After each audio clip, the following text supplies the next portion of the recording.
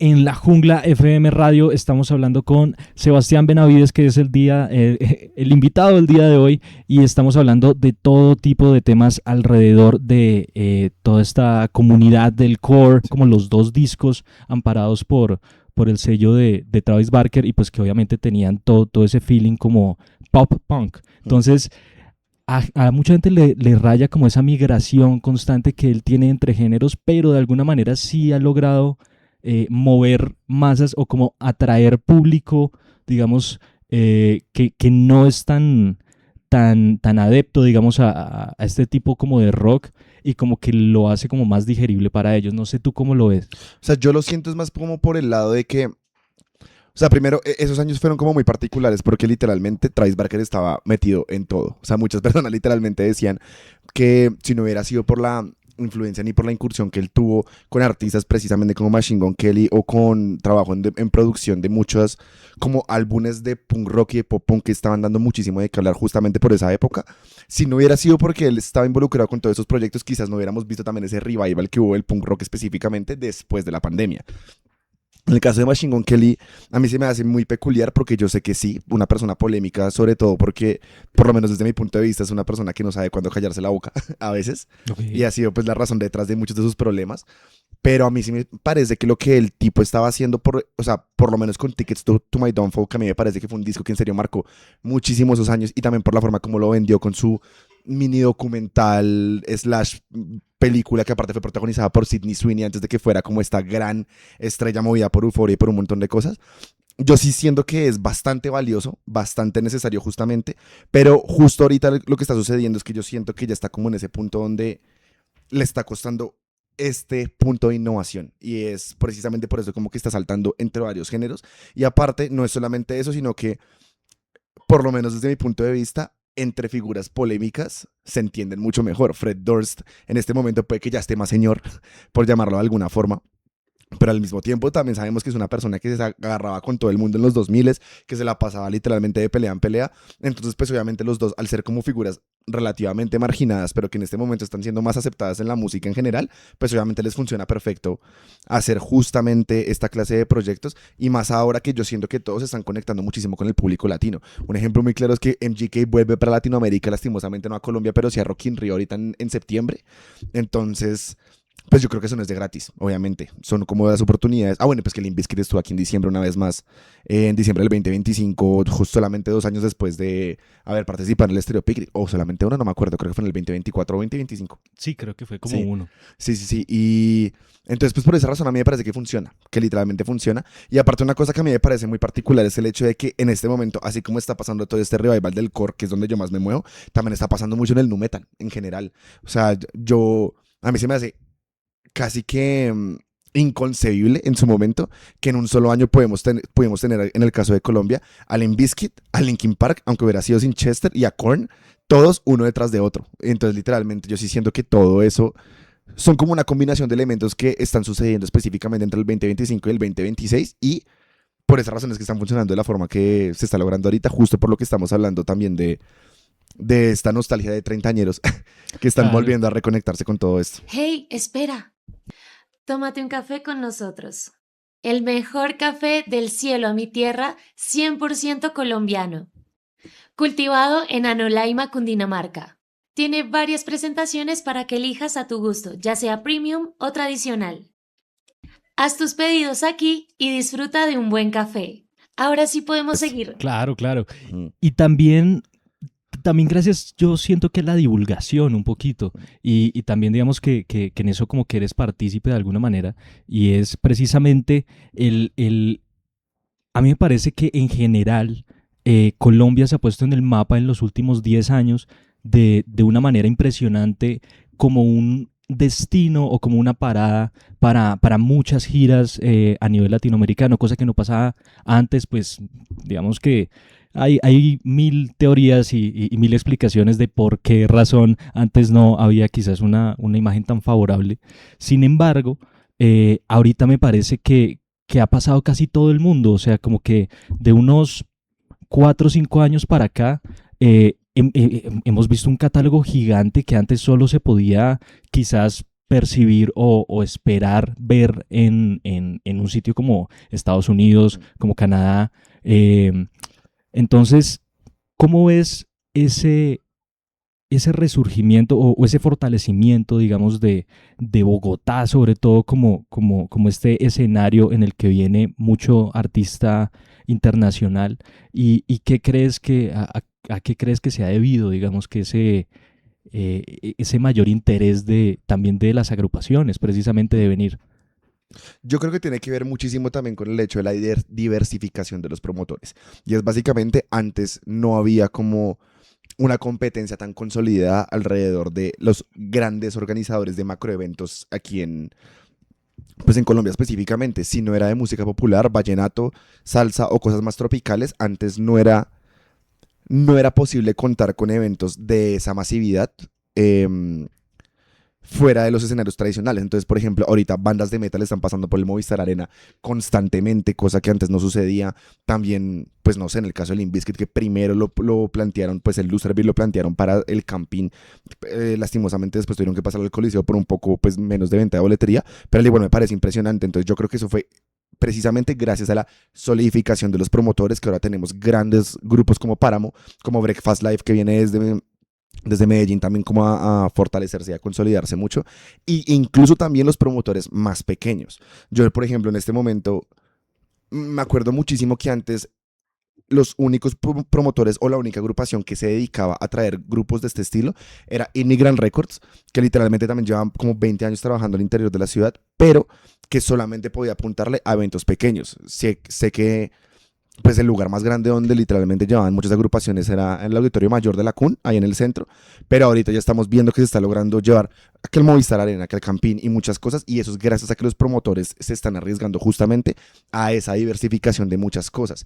Si no fuera porque ellos lo están haciendo de esa forma, yo creo que el día de hoy no podríamos contar con esto, pero yo al igual también siento que pues nos falta un camino bastante largo, porque por ejemplo también tenemos el precedente del Forever Broken el año pasado, y es que era un festival que yo le veía muchísimo potencial para el Chamorro y lastimosamente se terminó cayendo a última hora porque pues literalmente no vendieron la cantidad de boletas que eran necesarias.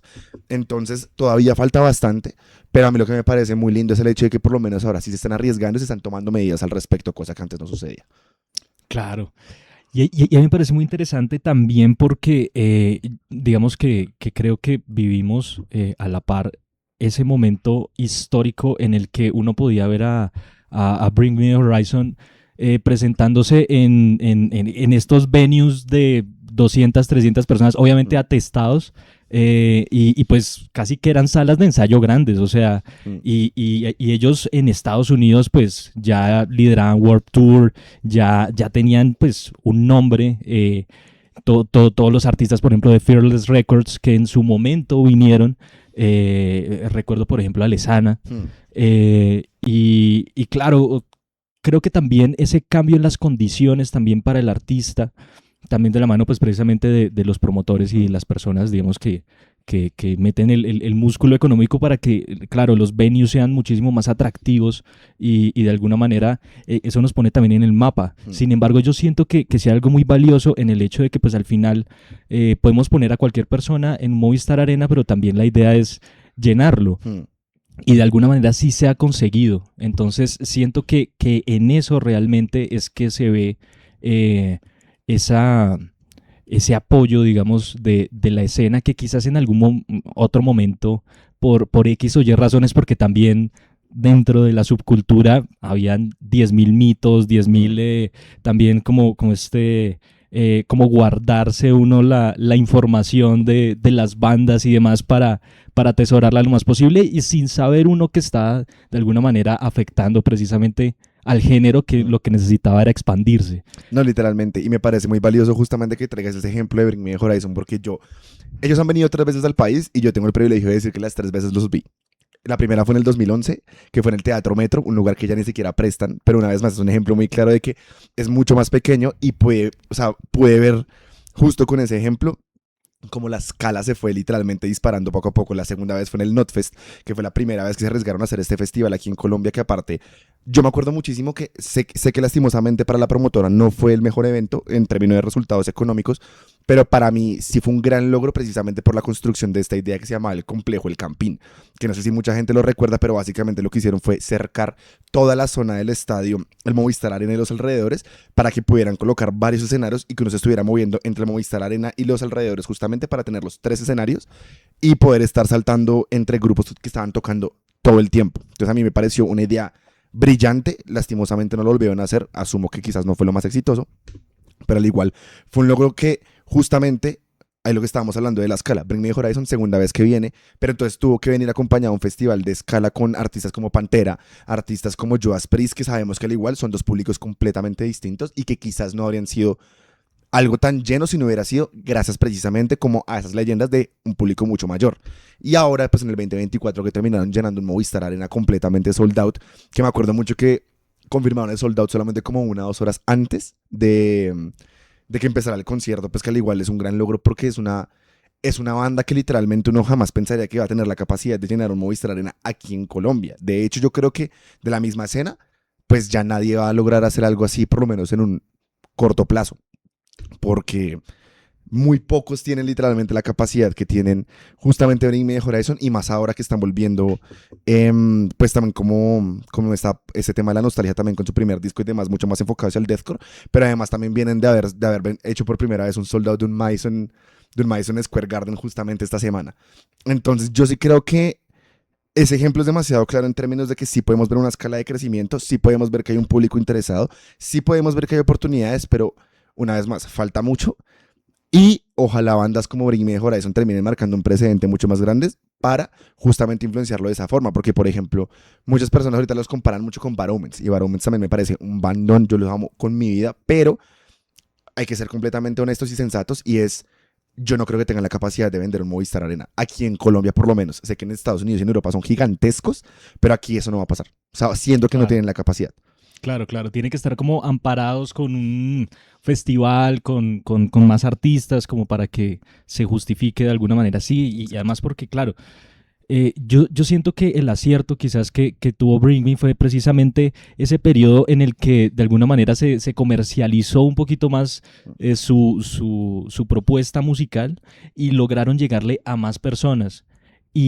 Y creo que de la mano, quizás consciente o inconscientemente, con la recuperación de Oliver Sykes y de sus cuerdas vocales, digamos que logramos precisamente tener como esa transición perfecta en la que mucha gente logró conectar con el rock un poquito más easy listening, más fácil como de digerir. Que llegaron a hacer en algún momento cuando hicieron Happy, cuando hicieron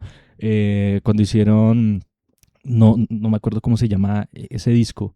Ese es el That's the Spirit. That's the Spirit. Es sí, 2015-2016, si no estoy mal. Eso. No me acuerdo ahorita. Tal cual. Porque claro, pues ellos venían de Chelsea Smile, que obviamente pues no es muy digerible para una persona que hasta ahora está como entrando en el género, pero ellos comenzaron casi que a volver otra vez como a las raíces, pero de la mano de las personas que se conectaron con este sonido como más comercial, lograron, siento yo, como entrar precisamente en este género que no es tan fácil y llegar al punto en el que están ahora, en el que Oliver Sykes ya está totalmente recuperado y el fandom, las personas, digamos, que ahorita están conectadas con la banda, son muchísimas más que de bandas que quizás todo el tiempo se han mantenido más constantes, digamos, que en su propuesta y en el tipo de música que hacen. O no sé tú cómo lo ves. No, yo sí lo siento mucho de esa forma y yo siempre he considerado que Bring Me The Horizon específicamente es una banda que está muy adelantada a su tiempo, no solamente por sus sonidos, sino también por la forma en cómo se venden. Creo que un tema que es bastante complicado alrededor de la escena core o del metal o del punk en general es que se cree que por ser sonidos underground no pueden profesionalizarse, no pueden tratarse de una forma como con muchísima seriedad. Ellos siempre, desde el principio, mantuvieron una estética muy importante, se arriesgaron a probar con cosas nuevas. De hecho, jamás se me va a olvidar toda la polémica que tuvieron con Coldplay cuando literalmente, no me acuerdo en cuáles premios fueron, Oliver Sykes destruyó la mesa de Coldplay porque básicamente se estaba quejando de cuando les habían plagiado la portada del disco. Y a mí lo que me parece curioso es justamente eso, como que incluso hasta en esas polémicas es precisamente porque lograron profesionalizar su sonido de una forma en que sabían venderse muy bien, utilizando quizás estrategias desde géneros más comerciales, pero que al igual también se terminó demostrando que sí funcionan también dentro de estas escenas. Entonces, literalmente creo que no fue solamente por el cambio de sonido, sino también que ellos siempre se han arriesgado a hacer cosas que dentro del género no se habían visto y por esa razón se han mantenido tan vigentes. Otro ejemplo demasiado claro, lo que acaba de pasar en cines. Literalmente que grabaron el live en Sao Paulo, que es el show más grande que han tenido en toda su carrera, pero es que aparte no es solamente el concierto y ya, sino que es una película. O sea, en serio es una película que tiene una primera media hora experiencial sobre lo importante que ha sido Bring Me the Horizon en la vida del público latinoamericano, que aparte no es cualquier cosa, es con el público latino, y además que se arriesgaron a pasarlo por salas de cine. Habían solamente 2 fechas y yo me acuerdo que yo estaba revisando y terminaron abriéndola hasta 6 fechas, que a mí me parecía brutal justamente porque, lo vuelvo a decir, estamos hablando de una banda quizás más underground y cómo es posible que estamos llenando salas de cine por toda Latinoamérica de una forma muy organizada. Entonces yo creo que también tiene mucho que ver con eso y por esa razón se pueden dar lujos como lo que está pasando justamente ahora este 2026. Y ese como el Count Your Blessings está cumpliendo los 20 años, pues van a hacer por primera vez una gira enfocada en su época deathcore 100% y va a ser todo lo más pesado. Pero porque ya se pueden dar el lujo de hacer básicamente lo que quieran.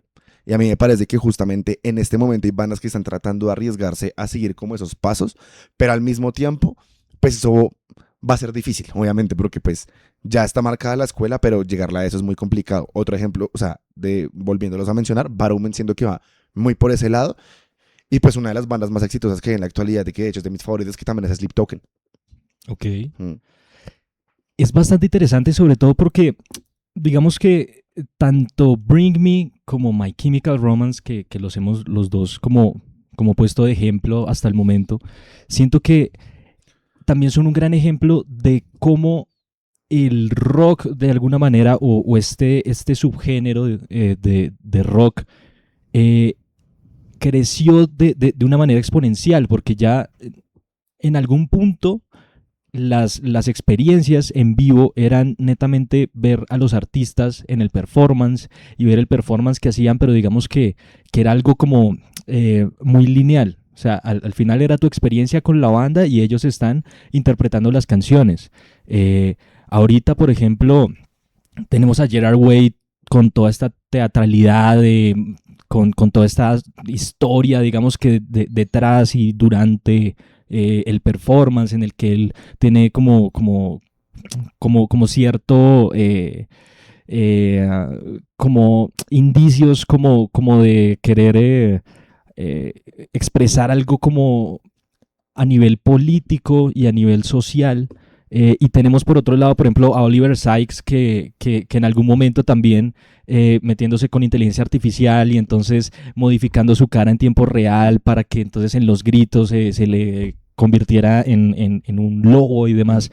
Entonces, claro, siento que todo ese crecimiento también de alguna manera pone como en este predicamento que a mí me parece necesario a todas las bandas, y es, bueno, más allá de la música que estamos vendiendo, también la idea es que la experiencia en vivo sea también no solo lo más disfrutable para la persona que va, porque al final pues son fans que van a estar felices, haga lo que haga y la experiencia como sea, pero a nivel artístico sí es ya muy importante el hecho también de qué se cuenta, de si hay una narrativa, de si hay un hilo conductor, de cómo se utilizan todos los elementos que tienen a su disposición, los visuales, no sé, las luces, el humo.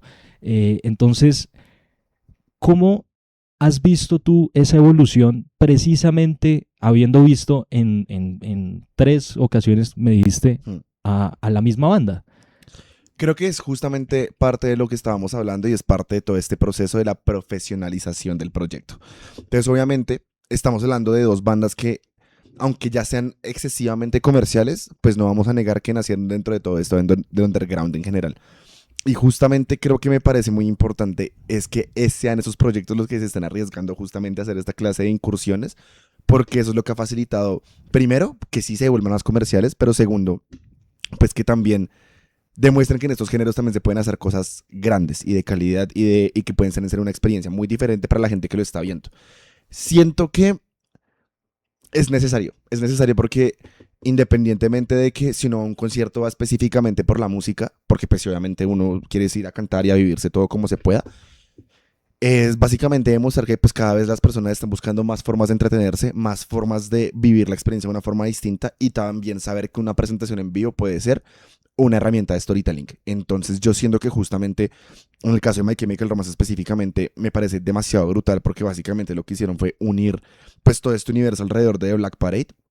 Y de hecho la vez pasada estábamos viendo un podcast donde literalmente hablaban justamente de cómo sí hay como una esencia que une las tres como los 3 puntos de la gira. Es decir, en Estados Unidos fue como el punto de partida alrededor de esta gran dictadura. Aquí en Latinoamérica estuvimos viendo como que los efectos que tiene y al final en Europa va a ser como el cierre alrededor de todo. Entonces básicamente se va a contar literalmente una historia alrededor de la gira, como en cada lugar se les ofrece una experiencia completamente diferente y de hecho genera mucho la repetición. O sea, si a mí me van a contar una historia así increíble, pues yo cómo voy a decir, no, pues qué pereza repetirme una banda. Claro. Entonces, literalmente siento que también tiene que ver mucho con eso. La música ya está, hay muchas cosas, sobre todo cuando esas bandas tienen una carrera tan larga ya, que por más que saquen discos, que por más que tengan un repertorio muy amplio, pues tiene que haber una motivación justamente para que uno se mueva a decir como si quiero volver a pagar esta boleta, aparte, pues de vivir la música una vez más. Entonces yo creo que justamente gira mucho alrededor de eso y siento que pues cada vez los artistas van a tener que arriesgarse más a eso, sobre todo cuando están llegando a... no esas primeras visitas, porque por ejemplo en Latinoamérica algo que es muy lindo es que estamos llenos de primeras veces porque hay muchos artistas que nunca han visitado nuestros países, pero que al mismo tiempo, pues cuando ya podemos darnos el lujo también de decir que vienen varias veces, pues obviamente qué experiencias nuevas les vas a ofrecer a ese público justamente para que sí se anime a volver a repetir. Claro, claro. Yo quisiera hablar un poquito acerca de la contracultura. Al final estamos todos amparados y navegando como en este mar precisamente de la contracultura, del rock, de ir como en contra del sistema. Ahorita es un poquito como difuso, ¿no? Como que todo es en contra del sistema, como que lo contrasistema al final es estar en el sistema, pero eso no tiene mucho sentido. A mí me parece interesante, por ejemplo, que eso se ve reflejado en cosas como Vans, precisamente. Vans digamos, abanderado de la contracultura, del skate, de todo este tema como, precisamente como esta rebeldía juvenil. Y ahorita, por ejemplo, la imagen es BL, que pues al final BL pues es un poco procultura, o sea, como que el hombre es el tipo cool, ¿sí? Y al final no es el misfit, no es el rechazado, digamos, que uno quería como que resignificar con Vans, con Converse, con todo como toda esta identidad, digamos, que uno sentía como muy propia, y siento que se ha desdibujado un poquito. También el Warped Tour, por ejemplo, ha cambiado, se ha diversificado también en las bandas que pueden ingresar, cuando en algún momento netamente era rock y era un tipo de rock muy específico. La curaduría era bastante tajante en qué era y qué no era. Y en ese sentido, ¿cómo sientes esa brecha que se desdibuja? ¿Sientes que favorece quizás porque abre un poquito más al público, o no favorece tanto porque al final también un poco como ese sentimiento de esa pertenencia también se desdibujan?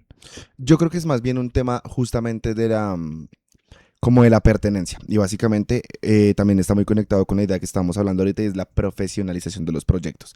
Y es básicamente, a medida que las cosas se fortalezcan más y se establezcan más, también van a llamar mucho más público, y eso va a hacer que todo se vuelva más comercial, y a ese punto pues va a chocar con esa idea de pronto del origen de muchas cosas.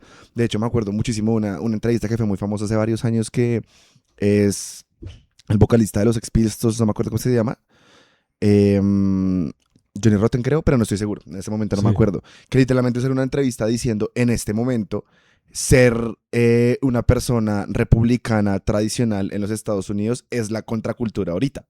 Claro. Porque literalmente como ahora está supuestamente de moda todo esto, lo woke y un montón de cosas alrededor de la inclusión y más, entonces es... ok, ahora ser contracultural o estar en contra de muchas cosas, ahora es ser, en principio, más tradicionalista. Pero pues, ¿qué es lo que sucede? A mí me parece que es mucho más alrededor de los valores que pues uno está defendiendo, alrededor de, si uno antes pensaba que esos movimientos contraculturales eran necesarios es precisamente porque hay cosas que consideraba que estaban mal o cosas que le parece que estaban bien y necesitaban ser defendidas. ¿Qué es lo que pasa? Pues que al igual ya todo es vende, todo es capitalismo, todo es literalmente girando alrededor de que esos conceptos ya se volvieron también lo cool y es lo chévere. Y el ejemplo de Belé me parece muy particular porque es que, voy a decir algo increíblemente polémico creo yo en este momento, y es que, pues es que la forma como él se relaciona y la forma como él se popularizó fue contracultural en términos de, pana, sí. yo soy el man que me volví famoso no solamente por mi música, sino porque le puse los cachos a mi mujer y al igual estoy aquí llenando 8 Movistares Arena diciendo que chimba ser los infieles, que chimba los cachones, que chimba todas esas cosas. Entonces literalmente lo que terminaba siendo la razón de crítica, el man terminó abrazándolo. Entonces a mí me parece que dentro del discurso que por lo menos se quiere vender alrededor de eso, funciona, si lo vemos de cierta forma. Claro. Pero, pues una vez más, que es ya dependiendo mucho de lo que uno quiera compartir o lo que no quiera compartir, y es más bien ser crítico alrededor de los valores que uno comparta y viva o no. Entonces yo creo que es un ejemplo muy diciente, pero entonces una vez más, ahí evaluamos como que esos dos puntos. ¿Es ser contracultural por llevar la contraria y ya, como el ejemplo de los Sex Pistols? ¿O literalmente hasta este caso de algo mucho más comercial como el man se relaciona de una forma que terminó funcionando? Entonces yo creo que es chistoso.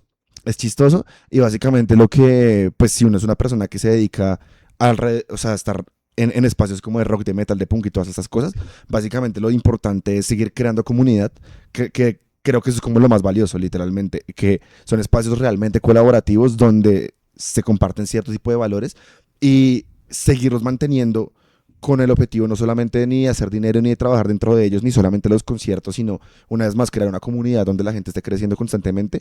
Para mí eso es lo que es más valioso que el concepto de contraculturalidad ya en sí mismo. Ok. Está interesante porque en ese orden de ideas, entonces, podríamos decir que el primer contracultura podría ser Diomedes Díaz o algo así. De hecho, nosotros avalamos mucho la contracultura, sobre todo los contravalores. Como que es algo que nos apasiona mucho de alguna manera y es raro porque uno pensaría que es por nuestra condición latinoamericana, sin embargo, se evidencia en Netflix con toda la cantidad de documentales acerca de misterios, acerca de crímenes, acerca de X, Y, Z, que de hecho es del interés de mucha gente. Entonces, al final, yo creo que el problema de la contracultura es definir primero cuál es la cultura y cómo ir en contra de ella a partir de tener claro qué es lo que es. Primero que todo, yo estoy completamente de acuerdo con esa afirmación. No hay nadie más punkero que Diomedes Díaz. O sea, literalmente es el verdadero punkero original que el man vivía la vida como se le daba la gana, hacía lo que quería. Y de hecho era mucho más autodestructivo que muchos punks de los 60 literalmente. Cierto. Entonces, estoy completamente de acuerdo con esa afirmación. Pero entonces, una vez más, lo que sucede es que nosotros también hemos cogido mucho de esos movimientos culturales o contraculturales incluso, pero que nacieron dentro de un contexto muy diferente al nuestro. Obviamente no es lo mismo estar con esta clase de ideas en Europa o estar con esta clase de ideas en Estados Unidos. En Valledupar. O en Valledupar, literalmente. Claro. A mí me parece que cambia muchísimo. Es como, Sí. por ejemplo, es muy cierto. Uno se pregunta esa clase de cosas. Uno cuando ve un punkero tradicional cuando va a la costa. Y claro que los hay. Claramente que los hay.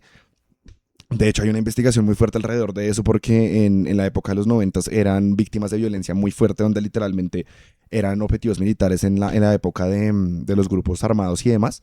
Que eso me parece una investigación muy interesante, pero pues como para no desviarse tanto alrededor de eso, justamente es lo mismo.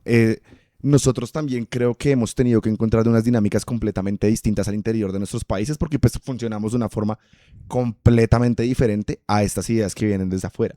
Entonces yo sí creo que ahí es cuando uno se plantea esa clase de dudas, qué es ser un rockstar, qué es ser contracultural, qué es cómo vivir todo eso desde la perspectiva europea o desde los punks o desde los metaleros o literalmente dentro del contexto como el colombiano donde sí hemos visto un montón de figuras como Diomedes Díaz y el Joe Arroyo y un montón de cosas que pues demostraron que no hay que tocar rock para ser un rockstar. Esos son los verdaderos rockstars desde el punto de partida. Sí. Bueno, también está el tema de que, por ejemplo, el punk siempre es como muy abanderado como del feminismo y todo ese, mientras que digamos que Diomedes, pues así como feminista, si uno dijera así bien feminista, pues no.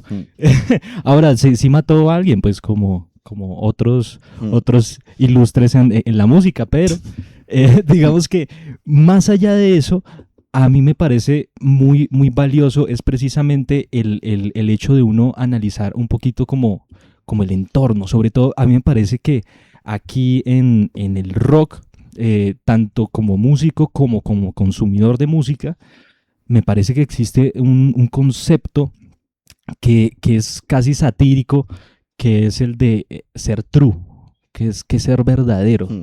¿Existe realmente ser true, ser verdadero, así como realmente existe el rock? O sea, ¿existe algún género con unas características puntuales o todo es finalmente una hibridación y todos somos víctimas de un collage que venimos absorbiendo de diferentes fuentes? Yo quiero partir de, pues, si vamos a tocar ese tema, lo primero, yo odio esa idea. Yo detesto el concepto de lo true, porque a mí me parece básicamente una forma de sectorizar, una forma de cerrar los espacios, una forma de literalmente no permitirle a nuevas personas entrar y conocer tu mundo, porque tú crees que eres la única persona que lo puede disfrutar. Y si estamos hablando de cosas como la música, ya empezamos re mal, literalmente, re mal. Pues yo obviamente sé que muchas personas, sobre todo si tenemos la edad que yo tengo, que es 29 años, vivimos muchísimo la época de las tribus urbanas y un montón de cosas. Y esa época básicamente era un montón de gente peleándose por quién era más true o por qué cosa valía más la pena que fuera true. Entonces era que el calvo cascando a los emos, que eran los calvos dándose en la jeta entre los ponqueros, que a los emos tocaba pegarles porque de hecho eso ya venía era como con mucha homofobia detrás, más que realmente hasta el tema de la música y demás. Es también otro discurso y otra cosa que también da mucho para hablar. Pero justamente se basa en eso, como que yo soy la única persona que soy capaz de tener el conocimiento. Y eso me parece que siempre ha estado muy mal y sobre todo dentro del contexto musical. Y aquí lo vivimos mucho. Aquí específicamente en Colombia, en Bogotá, lo vivimos muchísimo. Y eso sencillamente es cerrar puertas, y eso solamente va a hacer que los espacios no crezcan. Solamente va a hacer que los grupos literalmente también se terminen cansando, porque pues a mí hay que me sirve que me escuchen solamente las mismas 10 personas y ya. Todo lo que no crece, todo lo que no está en movimiento, se estanca. Entonces, todo este concepto de lo true, yo siento, y yo le doy gracias a la vida, que eso ya se ha perdido mucho con los años, ya da igual. Hay gente que literalmente va a un concierto de metal y después uno se los encuentra rumbeando en el 85 y no tiene absolutamente nada de malo. O que literalmente un fin de semana estoy en un concierto de metal y el otro fin de semana estoy en un concierto regional y da igual, porque es que uno no tiene por qué rendirle pleitesía absolutamente a nadie sobre lo que le gusta y sobre lo que no le gusta. Entonces, sigue existiendo, sobre todo en las redes sociales, siento que pasa mucho, pero por lo menos ya se ha desdibujado mucho más esa línea y es ya como, nada, pana, somos solamente un grupo de personas que estamos disfrutando ciertas cosas en específico y no es el típico, ay, dime 5 canciones o si no, no te lo vas a gozar. Yo no tengo por qué razón ser fan o tengo que estarle probando qué tanto sé o no sé a una persona justamente pues para validar mis gustos, ¿no? O sea, siento que va mucho por ese lado. Entiendo. Y sí siento yo que en algún momento esa fue la kriptonita que hizo que todo el género como que se estancara en algún punto. Pero siento que precisamente gracias a la diversificación y gracias también a que hay muchos otros géneros que también han bebido del metal y del rock y que las personas se han visto expuestos a ciertos sonidos quizás sin saberlo. Por ejemplo, pues nosotros tenemos aquí un programa en el que analizamos discos y hace unas semanas estábamos analizando a Catriel y Paco Moroso. Catriel tiene de hecho un proyecto alterno que se llama Barro. Lo amo, es brutal. Y de hecho en el último disco él tiene muchos momentos en los que tiene la posibilidad de desplegarse en las distorsiones más pesadas, en las guitarras y uno ve toda esa influencia. Y de alguna manera el público que es solo de Catriel y Paco están consumiendo también algo de metal, quizás sin darse cuenta o sin ser conscientes. Pero siento que nuestro paladar musical se ha ido expandiendo a través de los años, también gracias a eso precisamente, como al hecho de que ahora es mejor uno fluir que tener como esta cajita y estas barreras como súper delimitadas de qué es y qué no es, que hasta cierto punto fue bastante tóxico, digamos que para la escena. Quisiera preguntarte, en la divulgación, ¿qué desafíos son los que se presentan? Porque digamos que, pues así como hay gente con un pensamiento más abierto, también me imagino pues que en las redes sociales al final uno se encuentra con todo tipo de personas, con todo tipo de opiniones, incluso con cosas que no tienen ningún fundamento, pero al final también en las redes sociales todos tenemos una voz. Entonces, en ese sentido, quisiera que nos contaras cómo es ese acercamiento, digamos, a toda esa comunidad a través de las redes sociales. Yo creo que uno de los retos más grandes que hay alrededor de eso y como que de difundir información es básicamente que uno como solidifica, por llamarlo de alguna forma, uno como, básicamente, como le demuestro a la gente que yo sé de lo que estoy hablando. Literalmente es como de las cosas más difíciles como de fortalecer y toda la cosa. Eh, Hay muchas cosas pues que yo no he hablado como de eso tan específicamente en mis redes sociales, pero pues yo de profesión soy periodista. Yo llevo trabajando mucho en muchos medios y en muchas cosas desde hace muchísimo tiempo. Y la única diferencia ahora fue que yo tomé la decisión de ponerle la cara a la cámara. Es lo único que realmente ha cambiado. Em, pero básicamente es eso, como que uno ya lleva bastante tiempo trabajando como en todos estos temas de difusión de información y básicamente es darse cuenta precisamente de eso, de que ahora antes era una conversación unidireccional. Antes yo compartía un artículo y cualquier persona lo puede charlar, pero en su círculo cercano y ya no va a tener ningún tipo de respuesta. Ahora sí, básicamente lo más complicado para mí que ha sido darse cuenta que, obviamente, primero que uno se puede equivocar muy fácilmente. A mí me da mucha risa que nosotros tenemos, pues con mi novia tenemos un chiste literalmente de que yo todos los meses, todos los meses, lo primero que hago es un video de conciertos del año, o sea, una concentración del año, no, sino del mes, perdón, donde literalmente me siento literalmente a mirar todos los conciertos que hay alrededor del mes y trato de unificarlos todos independientemente de cuál sea el género. Siempre se me pasa algo, siempre, es imposible que no se me pase algo, primero porque hay que ser agradecidos, Bogotá es increíble, hay demasiado por hacer en términos musicales todos los días, no solamente el fin de semana, sino todos los días, pero segundo, es muy difícil también estar muy pendiente de cosas que quizás yo no conozco tanto. De la escena hip hop me regañan mucho, porque pues como yo hablo sobre todo de rock y metal, pues se me pasan muchos eventos de hip hop porque no conozco muy bien de dónde conseguir la información ni nada. Entonces literalmente a cada rato llegan a echarme la madre a decirme como, pero ¿por qué no tuviste en cuenta este evento? ¿Por qué se te pasó este evento? ¿Por qué nunca hablas de rap? Y yo, pues porque no conozco. Entonces justamente ahí entra también el reto de, listo, estoy hablando de muchos temas y de muchas escenas musicales que yo conozco porque literalmente pues es de lo que puedo hablar. Pero entonces ahí entra como todo ese reto de que siempre van a haber como algún tipo de comentario o alguna cosa alrededor de eso y ya pues lo mejor que uno puede hacer es tomárselo con humor y literalmente fortalecer como todas esas ideas. Estamos hablando con Sebastián Benavides, que es el invitado del día de hoy, y estamos hablando de todo tipo de temas alrededor de toda esta comunidad del core, toda esta comunidad del el rock un poquito más pesado. Entonces, yo sé que los que están contextualizados con todos estos temas están disfrutando mucho esta conversación. Sin embargo, estábamos precisamente tocando entre varios temas el tema del Warped Tour y me comentabas que ahorita hay de hecho una agenda bastante interesante que pues quisiera que nos contaras a todos nosotros, sobre todo ya teniendo como todo este interés de la gente precisamente con nuestra conversación, pues engancharlos un poquito más de qué es lo que podemos ver ahorita este semestre. Bueno, pues en el caso del Warped Tour a mí me parece increíble porque pues partamos de una cosa y es que es la primera vez que el festival va a salir de los Estados Unidos. Van a tener 3 fechas en Estados Unidos, una en Canadá y una en México. Y muchas personas, yo he visto muchas personas de mi círculo cercano que se están volviendo locas porque se van a pegar el viaje a Ciudad de México pues para poder disfrutar justamente todo eso. Por ahí me llegaron los rumores que, bueno, es un cartel muy largo, es un cartel muy largo. Si no estoy mal, van más o menos casi que unas 100 agrupaciones de todo tipo. Pero por ahí también a mí me han llegado rumores de que muchas de las bandas que justamente hacen parte de ese cartel están en este momento por lo menos en proceso de negociaciones.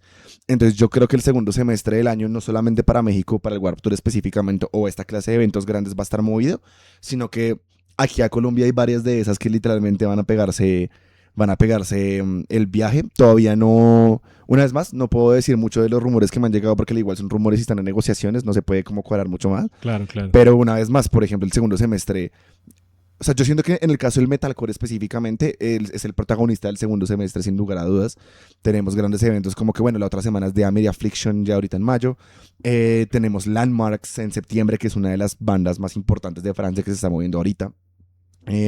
También tenemos el regreso de Memphis May Fire, que viene con Bless the Folk, a mí me parece increíble, que es justamente hace 10 años que estuvieron en Rock al Parque por primera vez. Entonces a mí me parece brutal que vengan a un show más pues mucho más privado y mucho más íntimo.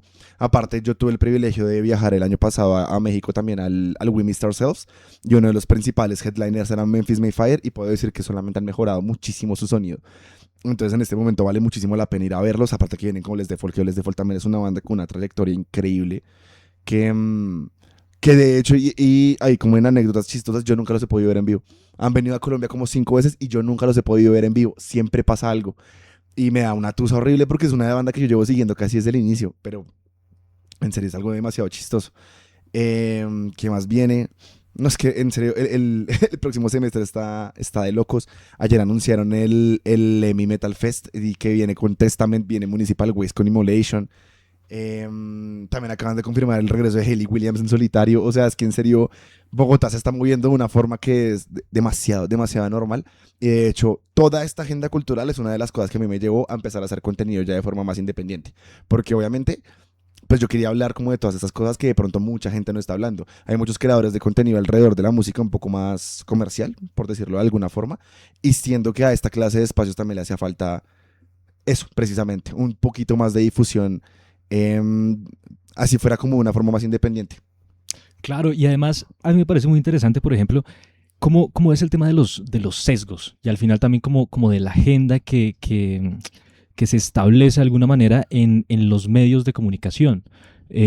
Porque en la escena, digamos, musical y sobre todo desde el punto de vista del músico, es bien complicado porque a veces uno se encuentra con esas barreras de, bueno, si usted quiere sonar en Radioactiva cuesta tanto, si usted quiere sonar en Radiónica cuesta tanto, y como que todo al final tiene un proceder más económico que una cuestión de talento, de exposición o incluso del público que pida más o menos a X o Y artista. ¿Tú crees que a nivel del core, por ejemplo, o estos subgéneros que tú manejas y a los que les das difusión, eh, sientes que no hay tanta difusión de estos eventos gracias a el interés que quizás puede ser un poco menor de las personas o de los divulgadores, o por otro lado quizás también eso obedece a algunas agendas, quizás uno aliarse con ciertos con ciertos, ¿cómo se llaman?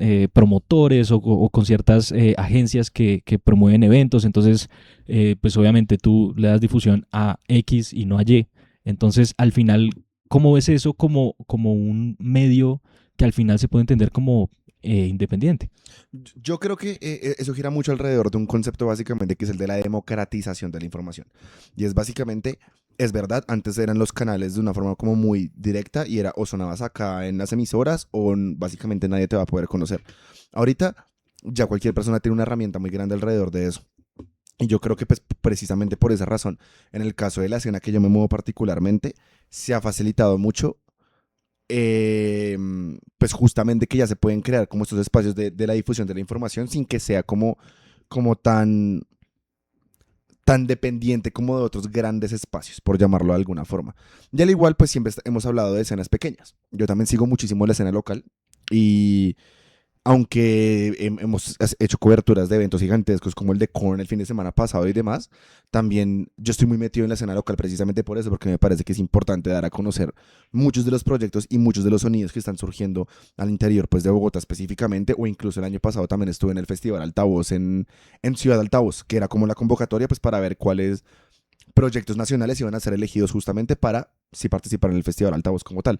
Entonces yo sí creo que va mucho más hacia a que sí es necesario que haya esta clase de discusiones, pero antes no había ningún tipo de canal para poderlo hacer. Y también hay que ser realistas y es que por más que a mí me encantan estos géneros, pues hay muchas cosas alrededor de ellos que no dan plata. Hay que verlo objetivamente. Por esa razón a mí me parece tan importante justamente estos espacios de colaboración, porque pues uno, si le gusta esto, probablemente no se va a tapar en plata dedicándose a esto, siendo un artista o siendo un medio o siendo lo que sea. Pero entonces una vez más, yo siempre soy muy, muy partidario del no compitas, haz compitas, de literalmente que todas las personas que hacemos parte de esto, si no queremos que se muera, pues tenemos que participar o difundirlo o ayudar de la forma que más se pueda. Entonces yo creo que ya más como que en esa cuestión de agendas es básicamente como algo mucho más colaborativo, donde ya todas las personas estamos jugando un papel justamente alrededor de lograr que las cosas se den a conocer de una forma distinta. Entonces yo creo que eso es como la verdadera gran diferencia, más que las agendas y demás, porque pues ya ahora sí hay espacios en comparación, pero al igual es más, es como el tema de seguir difundiendo esta información, seguir compartiendo esas cosas, y que funcione, o sea, lograr que realmente funcione, por lo menos para que no se acabe. Claro. A mí me parece muy interesante y de hecho hablaste precisamente de darle exposición a la escena local y la escena local a mí me parece muy muy interesante porque al final siento que uno se vislumbra un poquito con todo lo que ocurre afuera del país y quizás falta un poquito más de esa cultura, sobre todo en el rock. Que nosotros nos apersonemos más, o sea, uno va a México y en México las bandas de México son las bandas y tienen toda la alcurnia y tienen todo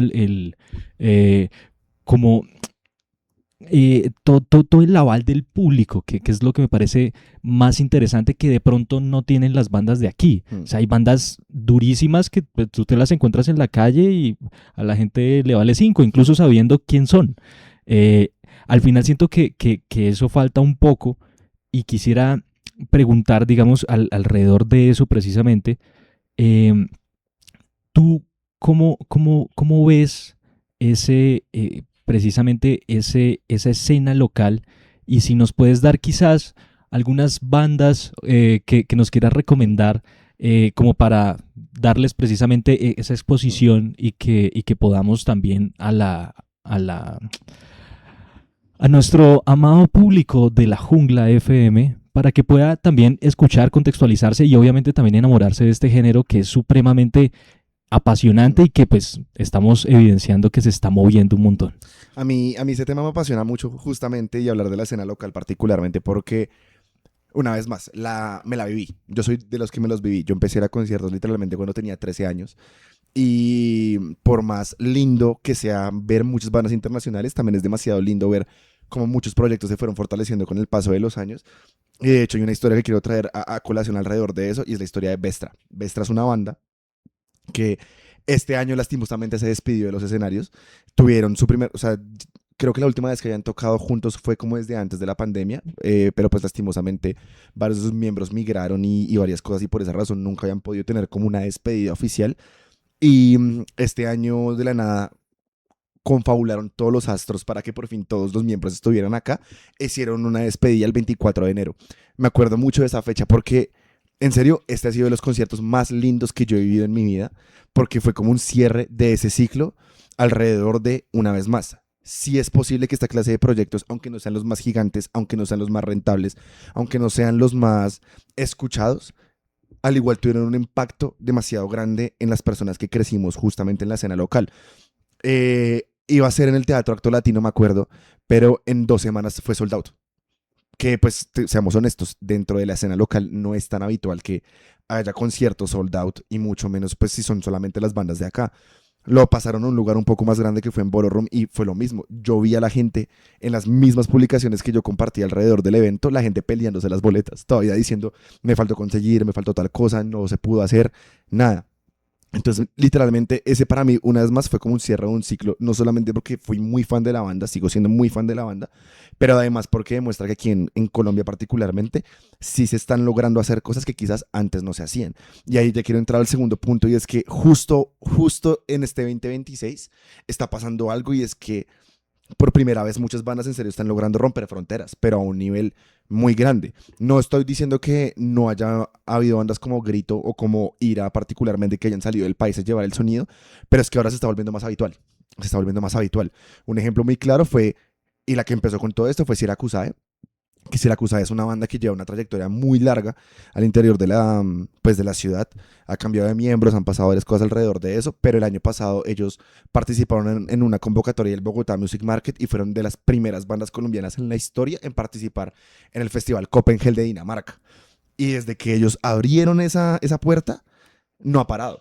Literalmente, hay otra banda que se llama Psycho Mosher, que también en este momento va a tocar en Copenhague este año 2026, justamente porque estaban siguiendo como todas como esos piñitos que empezó a marcar primero Siracusae, y desde ahí se alborotó todo el mundo.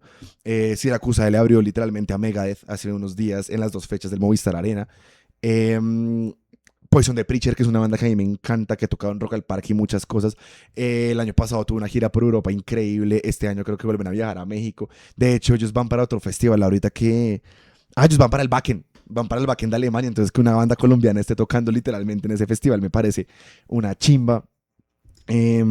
Siracusa ahora, pues después de haber estado en el Copenhague el año pasado, este año van a participar en el Sweden Metal Festival, Sweden Rock Festival, no me acuerdo cómo se llama.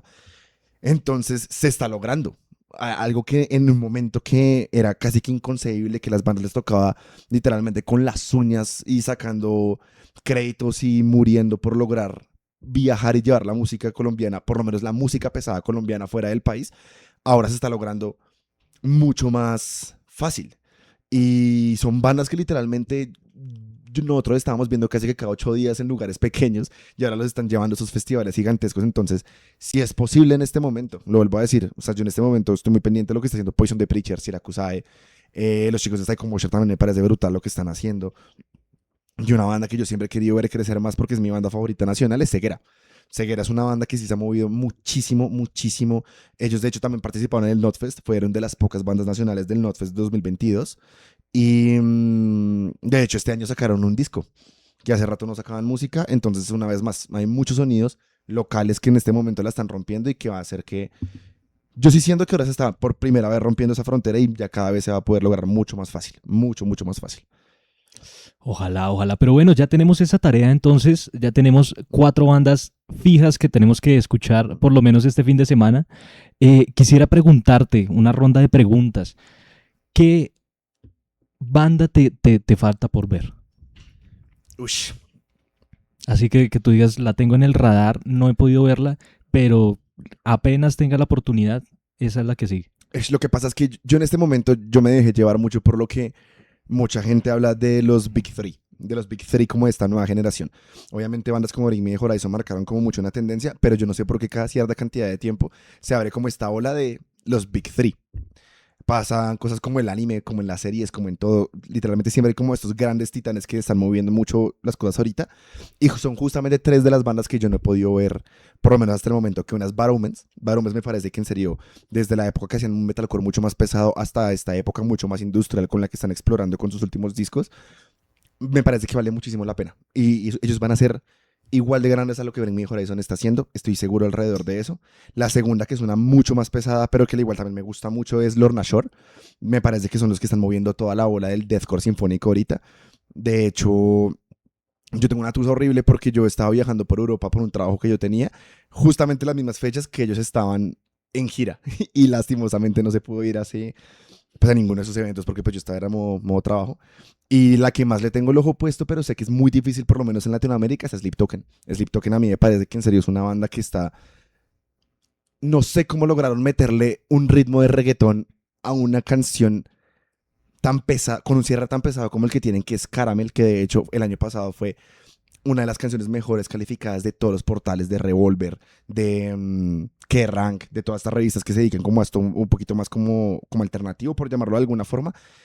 Y yo siento que en este momento esos son como el Big Three de las bandas de la nueva ola, de la nueva generación, porque al igual, aunque todas tienen por lo menos 10 años de trayectoria, pues al igual hasta ahora se están volviendo como este sello, y son las que les tengo el ojo puesto. De hecho, pues como les comentaba, si todo sale bien, que no, mentira, ya todo está en proceso, vamos a lograr a ver por lo menos la primera, que sería Baromes en Rock in Rio, si todo sale bien y ya nos pegamos el viaje hasta allá. Y ahí tenemos que estar todos conectados precisamente para ver qué tal es esa experiencia ya viendo a la banda. Además, porque cuando uno genera expectativa también es muy interesante después contrastarlo con la realidad y ver si se llena la expectativa, si se supera la expectativa o si finalmente uno se arma más de lo que realmente una banda puede ofrecer. La siguiente pregunta sería: un disco que para ti haya cambiado tu manera de escuchar la música. Mi manera de escuchar la música, bueno. El punto de quiebre, que se llama. Sí, de hecho, sí lo tengo bastante claro. Y es es un disco del 2014 de mi banda favorita, que es Converge. Ellos, de hecho, estuvieron de gira aquí en Bogotá en el 2024 y a mí me da una tusa horrible porque se cruzó con Slipknot. Y por esa razón no estuvo tan lleno como yo sé que de pronto habría estado si pues no hubiéramos tenido pues esas dos fechas unidas. Pero a mí me cambió mucho la forma de escuchar música porque yo hasta el día de hoy sigo escuchando discos completos. Sale el disco de chorro y tengo que escucharlos en orden, literalmente, porque siento que se lo organizaron de esa forma es con un objetivo. Claro. Sí, están estructuradas de esa forma es como un objetivo y es el All We Love We Leave Behind de Converge. Es un disco increíblemente explorativo. Converge es una banda que yo, o sea, primero tienen como 30 años de trayectoria, también son institución, son escuela dentro de la escena hardcore / metalcore internacional, pero a mí lo que me pasa con ellos particularmente es que yo siento que son de esas bandas que pueden hacer lo que se les dé la gana y literalmente funciona. Este año, por ejemplo, ya sacaron un disco y están haciendo anuncio porque van a sacar otro disco en un solo año.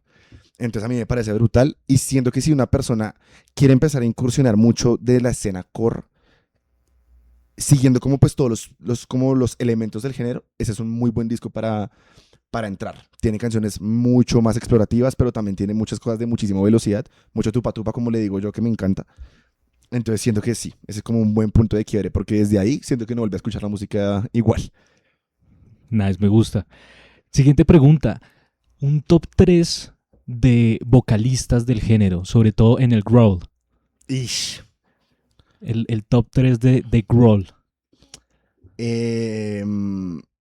Bueno, yo en este momento estoy muy, muy, muy tragado de lo que está haciendo Tom Barber. Tom Barber es ex vocalista de Lorna Shore, vocalista actual de Chelsea Green, pero además él tiene un proyecto alterno que lastimosamente ese nunca lo vamos a ver en vivo porque es solamente proyecto de estudio que se llama Darko, que ¿Algo que ver con Donnie Darko o no? no tengo ni idea, ojalá. Yo creería que sí, como un gran fan de la película. Claro. De hecho, tengo un tatuaje gigantesco. Yo ahí me adhiero. Sí. Pero creo que sí, y me parece increíble, me parece de los mejores vocalistas que hay en la actualidad.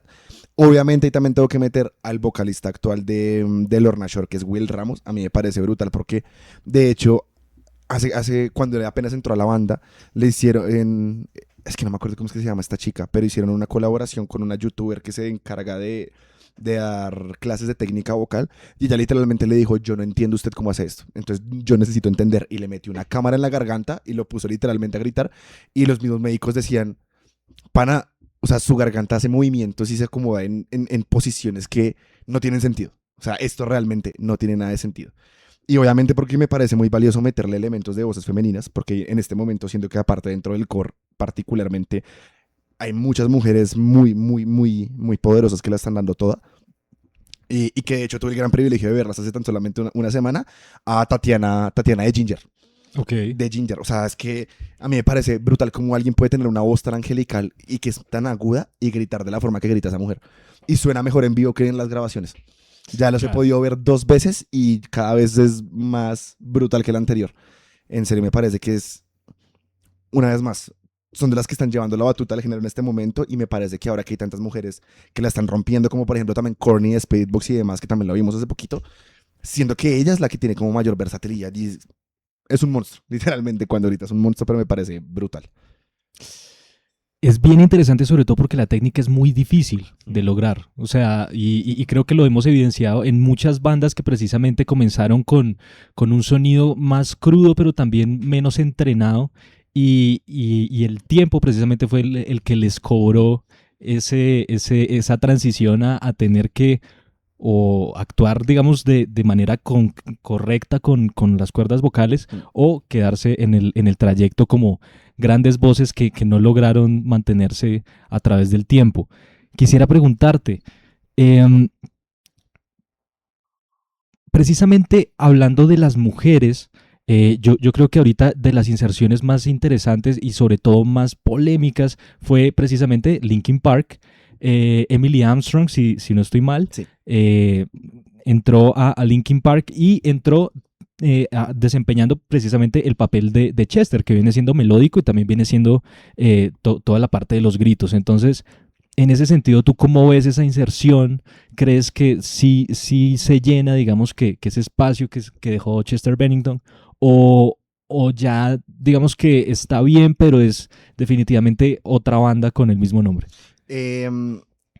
Es que yo también odio un poquito ese argumento, pero puedo entender por qué la gente lo dice. Partamos por una cosa y es que el verdadero problema no es si una persona nueva puede venir a llenar un espacio o no, o no un espacio en una banda. Hay veces que funciona más, hay veces que funciona menos. El problema aquí es que es Chester Bennington. O sea, pana, es Chester Bennington. Literalmente era uno de los mejores vocalistas que han nacido en la historia. Entonces, ese espacio nunca se va a poder llenar. Nunca se va a poder llenar.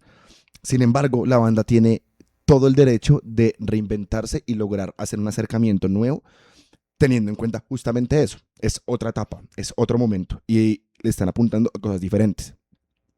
A mí el disco me encantó, From Zero me encantó. A mí me parece que Emily es un acercamiento nuevo, es un proyecto nuevo, se siente como algo innovador y refrescante, pero una vez más, o sea, me parece que lo más valioso es precisamente enfocarse en esta parte, con la nueva música que pueden sacar, con las nuevas colaboraciones que pueden sacar, con los nuevos shows que pueden sacar, pero que no, nunca va a haber una forma como para llenar ese vacío 100%, y es más bien enfocarse que es una nueva etapa, una nueva faceta. Entonces a mí sí me parece una muy buena inclusión, pero pues con la honestidad que implica saber que reemplazar a Chester es imposible. O sea, Claro. es imposible. Que a su vez Chester estuvo, por ejemplo, en Velvet Revolver, creo que fue, en alguna época previo a, o sea, como en sus últimos años, Ay, y no me tampoco acuerdo. fue bien recibido. O sea, Mm, al final uno piensa siempre en Chester como este ser prodigioso y mm. esta voz única, pero en otros proyectos tampoco llegó a brillar. Entonces, al final, y sobre todo en este género que precisamente tiene una exigencia vocal tan grande que muchos, digamos que tienen que pasar la batuta. Si te pareció bien este cambio, ¿cuál dirías que no te convenció? Uf, han habido varios que en serio da mucha embarrada porque uno quiere verle como un nuevo surgimiento o un nuevo acercamiento a las cosas, pero lastimosamente hay proyectos que aunque uno no lo crea, ciertos miembros son la esencia y es demasiado difícil llenar esos zapatos. Para mí un ejemplo muy claro, Suicide Silence. Suicide Silence es una banda que en serio fueron escuela para muchas personas. Mitch Luker es de los mejores vocalistas que habían nacido en la época. Porque de hecho, conectándolo con lo que estábamos hablando ahorita, que me da mucha risa, yo siento que ahora, como tantos vocalistas tienen tan buena técnica, muchos han perdido personalidad. Suenan cada vez más parecidos entre ellos. Que eso no está mal, o sea, demuestra que están haciendo bien las cosas. Pero en esa época, cuando la gente era un poco más chambona, por así decirlo, también les permitía tener muchísimo más identidad con las voces. Uno reconocía las voces desde el momento en que empezaba la canción. Entonces, yo amaba con mi vida All Shall Perish, que es el otro proyecto del nuevo vocalista de Suicide Silence, que es Eddie Hermida. Me parece que el man es increíble, pero era demasiado difícil llenar los zapatos de Mitch Luker. Y mucho más por la forma en cómo fue la pérdida, que fue pues, en un accidente de moto ya eso fue como en el 2013, 2012, si no estoy mal, creo que pudo ser incluso antes. Entonces, ese a mí no me convence y yo siempre pongo en duda hasta que veo el proyecto en vivo. Y me acuerdo Ok. mucho que justamente después de eso fue cuando vino Suicide Silence a Rock al Parque. Eso fue como en el 2016 más o menos. Era la primera vez que venían con Eddie y lastimosamente a mí no me caló. O sea, lo intenté. Estuve ahí en primer plano literalmente decir como me voy a callar y no voy a decir nada hasta que los vean vivo y Y nah, no, no. Esa no se logró. no funcionó. Mm. Difícil. De hecho, yo no sé cuál podría ser, digamos que el camino correcto al momento de cambiar de vocalista. Porque al final pues es un sabor totalmente distinto, digamos que no es como cambiar al baterista o cambiar al guitarrista, que de alguna manera se puede llegar a un sonido muy parecido, pero pues digamos que las cuerdas vocales es algo muy único, que al final es el color de uno o de otro. Yo siempre me acuerdo de la polémica cuando fue el cambio entre Ronnie Radke y Craig Mavitz Ujú. en Escape the Fate. Sí. Al final, ¿qué creerías tú que es más, que le beneficia más a la banda? ¿Tratar de buscar a alguien para continuar con el sonido de la banda o plantearse un camino totalmente distinto dado precisamente ya el cambio de la banda? En el caso de Escape the Fate, por ejemplo, ellos trataron de seguir como por la misma línea, pero al final como que sí o sí uno toma un camino u Claro. otro, pero ¿cuál vendría siendo, bajo tu criterio, la mejor opción? Es que yo creo que depende mucho de los proyectos. Yo también he hecho la pataleta general ay, no, pues entonces cambies el nombre de la banda y ya, porque ya es otra banda y ya no se siente igual. Pero al mismo tiempo también sé que hay muchas veces que precisamente porque no cambian 100% el proyecto o no cambian el nombre o lo que sea, pues termina creando otras facetas que son muy, muy, muy valiosas.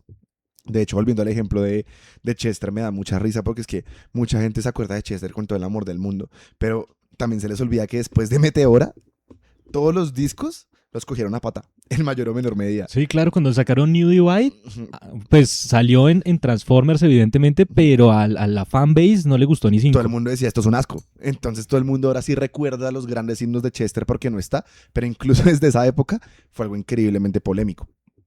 Entonces yo la verdad creo que cada proyecto es muy difícil establecer eso, porque pues al igual hemos visto los dos caminos y hay veces que sale bien y hay veces que sale mal. Un ejemplo muy claro es justamente el Escape the Fate, donde Fallen in River se volvió una banda el triple de popular de lo que en algún momento fue, pues llegó a ser Escape the Fate. Entonces, a mí lo que me parece es un poco triste, porque no, es muy difícil encontrar esa respuesta y depende de cada proyecto, literal. Claro, y además que hay proyectos que constantemente se están reinventando. Por ejemplo, a mí me parece que la reinvención que hizo, por ejemplo, AFI Ush. es una cosa brutal, porque claro, pues estábamos acostumbrados a un vampiro gótico en los años 2000 y de pronto este man sale con esta vibra como si, con afro y con bigote, como si saliera de los 70, y es bien, bien interesante. Y él interpreta todas las canciones, o sea, al final no es como que se niegue tampoco como a la música que ya habían hecho, pero sí de pronto es chocante para las personas que obviamente conectaron con cierto momento en específico de la banda. Pero es que lo que pasa con AFI particularmente, por lo menos desde mi punto de vista, es un ejemplo muy a lo Bring Me The Horizon y es otra de esas bandas que ha logrado hacer lo que se le dé la gana. Siempre. Básicamente cada disco es una experiencia completamente nueva, casi que otro género, casi que otro acercamiento, otra estética, como tú dices, completamente. Y todo es increíble. O sea, todo lo que tocan es increíble. Y aparte, en este momento siguen viniendo a festivales enormes. De hecho, yo no entiendo cómo AFI no ha vuelto. Yo me acuerdo muchísimo que la única vez que han estado en Colombia fue en el Stereo Picnic del 2014. Y tengo muy grabada esa fecha porque yo todavía era menor de edad y todavía me da una tusa acordarme de eso porque pues claramente no pude ir. Pero han pasado ya literalmente 12 años y yo no puedo creer que AFI sea una banda que no sean capaces de traer. Si ya lograron traerlos en un contexto de festival, puede que también funcione, más cuando otros proyectos como Turnstile han demostrado que pueden ser relevantes e importantes en esta clase de festivales. Obviamente AFI, que marcó tendencia, pues podría volverlos a traer. No entiendo realmente por qué es tan complicado. Pero sí, o sea, es otra de esas bandas que literalmente pueden hacer lo que quieran. Pueden hacer lo que quieran, cambiar de género básicamente con cada disco y no sé, la verdad, a uno le da esta envidia poder tener ese superpoder, porque en serio también qué gente tan talentosa, son demasiado, Sí, demasiado claro, buenos. esa versatilidad. Es bien interesante y sobre todo porque al final pasa mucho esto, sobre todo en este género, porque uno, digamos, en el glam, por ejemplo, en el grunge, como que siempre hay alineaciones que son como muy estables y sobre todo en el tema de quién es el frontman, quién es el guitarrista normalmente, entonces como que siempre son caras reconocibles, Axl Rose y Slash y John Bon Jovi y Richie Zamora creo que es. Entonces al final, claro, este es otro mundo totalmente distinto, ¿sí? Por la exigencia y demás, entonces me parece muy interesante. Me parece también interesante que nos cuentes, por ejemplo, cómo ves el tema de que, o qué crees que le falta, digamos, a la escena actual que podría catapultarnos a llegar a un punto como Estados Unidos, en el que estos eventos no son tan centralizados, tan puntuales, sino tienen una regularidad muchísimo más acelerada, digámoslo. ¿Qué crees que nos faltaría como público y también como escena? Es que el problema es siempre va a ser el mismo, y es falta de apoyo. Yo siento que Colombia, de hecho, es un país que a mí me intriga demasiado porque hay unos eventos que uno dice, eso va a llenar, eso se va a volver, o sea, la gente se va a enloquecer y termina no funcionando. o el evento que uno más dice, no, o sea, eso no va a ir nadie para, y termina completamente lleno. O sea, muchas veces para mí mismo también ha sido muy difícil de interpretar todas las cosas porque uno a veces gira alrededor solamente de sus gustos y no se da cuenta en serio qué proyectos sí están funcionando o no están funcionando. Pero el verdadero problema siempre aquí ha sido el apoyo, sobre todo para todo el tema de la escena local. Ahora también no se puede negar que estamos viviendo pues casi que una burbuja de conciertos donde antes pasamos de que no había nada a que ahora hay hasta 3, 4 eventos a la semana. Entonces también es muy difícil porque también es completamente entendible. Yo no me puedo sacar 300, 400 lucas cada 2 días para ir a algún evento porque pues obviamente muchas veces no hay la capacidad económica y está bien, pero al mismo tiempo no sé, siento que sobre todo en la escena local particularmente es muy complicado que la gente en serio como que valore los esfuerzos que hay alrededor de muchas cosas y que estén dispuestos a pagar las boletas por más económicas o caras que sean. Seamos honestos, en la actualidad, si es un evento de bandas locales, generalmente no supera las 20 lucas. Son 20 lucas en ese momento que en su época eran 5, 10, 15. Claro. Y al igual mucha gente no siente que de pronto no vale eso o que no tiene el valor suficiente para poderlo costear. Entonces yo creo que básicamente es eso, de apoyo, porque en este momento ya se han diversificado las promotoras, cada vez hay más personas creyendo en esto, cada vez hay más personas dispuestas a inyectar capital y demás para hacer esto realidad. Como yo decía al principio pues cuando estábamos empezando a hablar, antes todos estos eventos giran alrededor únicamente de Inmigrant Records. Ahora en este momento hay muchas promotoras internas y hasta extranjeras que están dispuestas a hacer eventos aquí en Colombia. Entonces, yo creo que básicamente es un elemento de apoyo, de diversificación. Cada vez se arriesgan a traer más bandas. Hay veces que uno dice como que no, esto no le va a ir bien, pero termina moviéndose. Entonces, pues nada, que la gente siga pendiente de muchas cosas y pueda apoyar lo que más pueda, porque obviamente lo vuelvo a decir, a veces el bolsillo no va para tanto. Sí, claro, y además que también en ese apoyo también está todo el merchandising, toda la música en formato físico. De hecho, precisamente nosotros tenemos todos los jueves un programa que se llama Nada Personal, en el que hacemos una suerte de club de lectura, pero de discos, y nos planteamos escuchar los discos en su totalidad. Por eso me parecía muy interesante cuando hablabas precisamente del sentido que tiene el hecho de atravesar el disco, todo ese viaje que nos proponen y sobre todo todos esos momentos y todos esos paraderos en los que el artista nos quiere hacer o nos quiere contar algo a través de esta macrohistoria. Quisiera saber ¿cómo es tu relación con el formato físico? Y si eres consumidor, ¿cuál fue el último disco que compraste? El último disco que compré, de hecho, pues no fue comprado específicamente, fue un regalo. Y es que yo sí siempre he sido demasiado fan del formato físico. De hecho, odio con mi vida que ahora todo sea con QR. Porque yo soy de las personas que yo colecciono boletas y colecciono flyers y todavía tengo boletas de muchos eventos desde el 2010, que de hecho tengo un cuadro al respecto que hace poquito organicé con mi pareja, un montón de cosas alrededor de eso. Entonces yo sí siempre he sido muy fanático del formato físico, siempre. Pero entonces ahorita de hecho tengo dos cosas muy claras. Una, en este momento estoy trabajando en un formato bastante importante que de hecho si todo sale bien va a estar saliendo para más o menos para junio o julio de este año, que es con El Maquinista, que es una banda que se ha movido mucho aquí, que tiene un sonido bastante pesado y bastante agresivo, pero a mí me parece brutal, que vamos a sacar pues un documental, y de hecho, alrededor de estar trabajando en este documental, literalmente me regalaron un cassette de su último lanzamiento, que se llamaba Plaga, y a mí me parece increíble que estamos en 2026 y todavía están llegando esas cosas, y en formato internacional, por así decirlo, en mi cumpleaños del año pasado, justamente mi pareja me regaló un vinilo. O sea, me encanta que ni siquiera fueron discos como que es como lo más habitual, sino Como un CD. vinilo. Exactamente. Sí. Justamente desde el lanzamiento discográfico de Sleep Token del año pasado, el Even in Arcadia, que es un disco que a mí me volvió loco. Y fue tan así que primero conseguimos el vinilo y después sí conseguimos el tocadiscos para poderlo poner. Porque justamente sí, como que los dos somos muy de ese formato físico y a mí me parece que es necesario. Y ahora la gente se está moviendo mucho hacia ese lado otra vez. Y ¿qué formato físico es el de su predilección o el que creen que tiene, digamos, que la mejor riqueza sonora, porque de hecho nosotros en una entrevista previa estábamos hablando con Curro, que de hecho es un amigo ya de la casa. Él es español y vive en Monterrey, si no estoy mal, en México. Lo estuvimos entrevistando y precisamente él tiene su podcast que se llama Vinilandia. Me parece increíble, es un muy buen formato. Y hablábamos precisamente del formato de vinilo. Curiosamente, él sostiene que el mejor formato sí es el CD, pese a que todo está, digamos que formado a través de los vinilos. Mi postura es más a favor de los vinilos, pero también hay una tercera que es el cassette, que también es cinta, al final de cuentas también es análogo. Entonces, al final, bajo tu opinión y como escucha, ¿qué formato físico es el que crees que tiene como el mayor encanto y la mayor riqueza musical?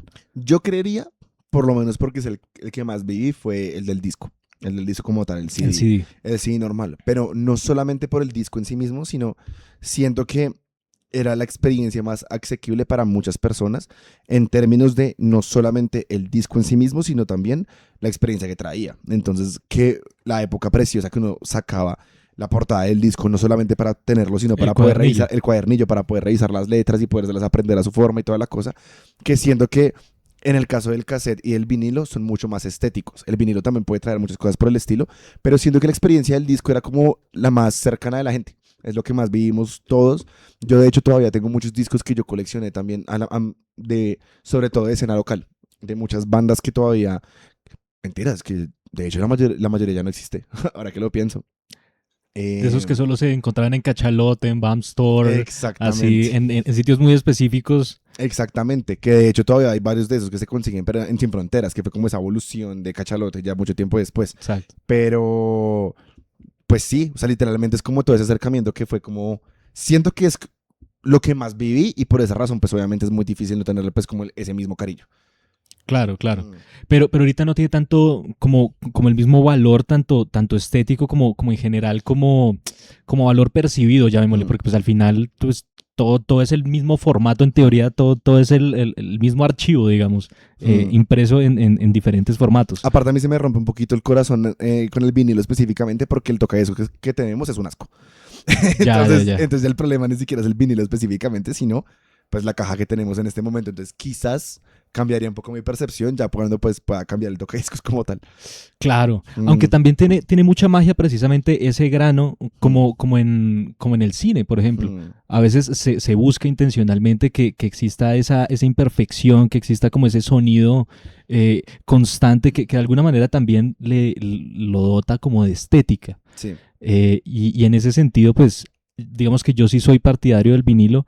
Gente, por favor, defendamos al vinilo. No mentiras, el caseta también me parece fascinante. De hecho, yo tengo Walkman. Yo me compré el Awesome Mix volumen 2 de Guardianes de la Galaxia. Y lo tengo en cassette. Y el cassette también me parece fabuloso, sobre todo porque también es cinta. Entonces, es una manera totalmente distinta también de abordar pues, el sonido. Quisiera entrar un poquito más en el tema de la divulgación, como para no irnos porque esto puede tener muchas ramas, gente, para que lo sepan. Entonces, digamos, con el tema de la divulgación puntualmente, ya hablamos un poco de lo que eran como los desafíos en sí, pero quisiera también que me contaras a partir de esta gestión de la divulgación de la información y sobre todo también como de esta segmentación que tú mismo hiciste basado también en tus propios gustos y como en la falta que veías, digamos que en el cubrimiento de los medios en general. ¿Qué sería eso que de alguna manera has conseguido o has llegado como a experimentar gracias también a toda esta divulgación? Para mí es muy claro porque pues básicamente hay como para contar como una historia de resumen de absolutamente todo. La primera vez que yo me acerqué a la difusión de la música alternativa, pues al menos acá en Bogotá, fue trabajando en una revista online que se llamaba Roulette Press, que se movió mucho entre el 2010 y 2011. Solamente tuvo un par de ediciones físicas y casi todo se manejaba online. pero ese fue el primer acercamiento y desde ahí yo ya me enamoré del modo de trabajo. ¿Por qué? Yo como buen fan también de la escena local, uno de mis grandes sueños en la vida siempre fue tener mi propia banda. Pero la verdad, músico no soy. Pasé por todos los instrumentos, pero me faltó como mucha disciplina pues para lograr todo el tema. Y todo este tema de la divulgación y la creación de contenido en general, a mí lo que me ha permitido es precisamente hacer parte del mundo de la música sin tener que ser músico. Entonces uno está involucrado, uno conoce a los artistas, uno realmente tiene un acercamiento muy, muy diferente. Pues también como fotógrafo he logrado retratar a muchos pues de las bandas que tuvieron una gran influencia en mí y muchas cosas. Entonces, básicamente, es eso, es básicamente hacer parte de un mundo en el que quizás no habría otra forma de hacerlo si no me hubiera enfocado 100% en eso. Si hubiera montado mi banda, quizás en algún momento sí, pero incluso de esta forma es un acercamiento completamente distinto y que me ha permitido vivir un montón de experiencias completamente diferentes alrededor de eso y de todos los géneros musicales, no solamente en el que me desenvuelvo. Gracias a eso he logrado trabajar en Stereo Picnics, gracias a eso he conocido artistas y promotoras de géneros muy distintos. Entonces, una vez más, es incluirse y hacer parte del mundo de la música sin tener que ser el que está sobre el escenario específicamente. Claro, y también tiene una magia muy grande precisamente eso, o sea, como aproximarse a la música ya quizás desde un punto de vista un poquito más, no sé, como con más inocencia y sobre todo como con más asombro, porque al final cuando uno está dentro del mundo musical, pues como que es un poco como que uno ya se sabe tras bambalinas todo cómo funciona y demás. En cambio, uno en esta posición todavía sigue manteniendo como ese estatus de fan y ese estatus como del asombro de ver el show, de ver al artista, de poder hablar y de poder como indagar en el detrás de por qué hacen X o Y cosa. Y no solo eso, sino también cómo uno se lo comparte a la gente. Eso también me parece precioso. No es solamente que me guste a mí, sino también cómo le puedo explicar a la gente por qué esto es tan bueno. Y que literalmente también puedan conectar por lo menos en una partecita, por más chiquita que sea, con pues las mismas cosas que yo también amo y que por esa razón me parece que más gente debería conocerlo. Sí, claro, y eso también se siente, digamos, a través de la pantalla o a través del medio en el que uno esté, y también es la pasión con la que uno habla de X o Y temas. Entonces al final también eso es lo que atrae muchísimo a la gente y lo que conecta, incluso hace que podamos también como que esparcir los gustos que tenemos o las cosas que nos interesan. Sebastián, me gustó mucho haberte tenido el día de hoy aquí en La Jungla FM. Quisiera que antes de que hagamos el cierre nos cuentes en dónde te podemos seguir y pues obviamente qué podemos ver nuevamente en todas tus redes sociales. Bueno, muchísimas gracias por el espacio, claramente para toda la gente que se conectó y toda la gente que esté dispuesta pues a ver toda esta charla tan larga que tuvimos. Me pueden encontrar pues en todas las redes sociales. Me encuentran como GaijinPH, GAIJINPH, también de fotografía, o en TikTok también como GaijinFotos, es el único @ que tengo diferente, el resto todos son iguales. En Facebook, en YouTube, que es lo más importante, pues me parecería muy lindo que la gente esté pendiente porque el objetivo es empezar a trabajar en formatos un poco más largos, no solamente como esta información rápida, y lo que pueden encontrar básicamente un acercamiento general de todo lo que tiene que ver con la escena underground de Bogotá o incluso a nivel nacional en un par de ocasiones.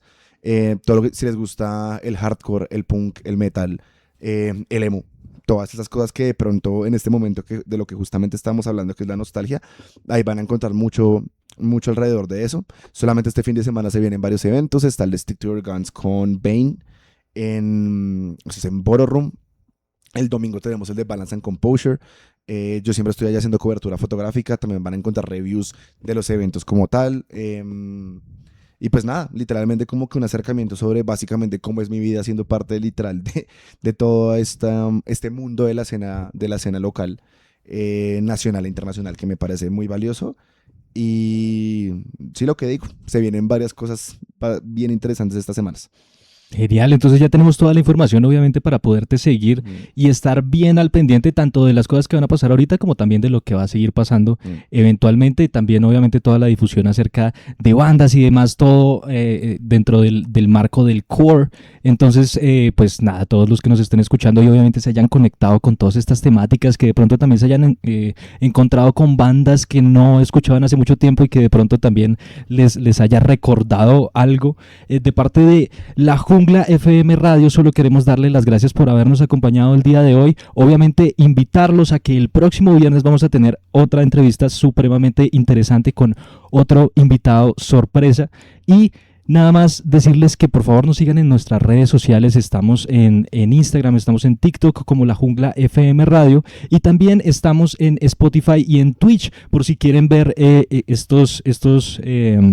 estas transmisiones también en video, que también las tenemos en video.